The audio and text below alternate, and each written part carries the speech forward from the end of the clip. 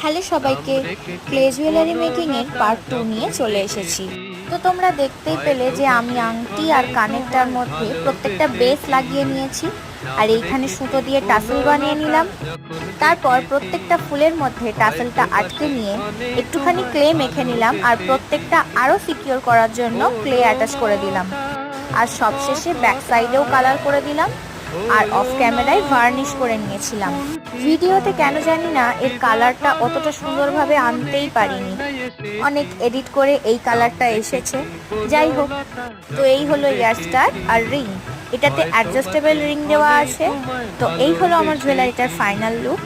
এটা কেউ চাইলে লং জুয়েলারি হিসাবেও ক্যারি করতে পারে, আবার কেউ চোকার হিসাবেও ক্যারি করতে পারবে। তোমরা যদি এই ধরনের ক্লে জুয়েলারি অর্ডার করতে চাও তাহলে আমার সঙ্গে অবশ্যই যোগাযোগ করবে। আর জুয়েলারিটা তোমাদের কেমন লাগলো অবশ্যই জানিও। আজকের মতো টাটা।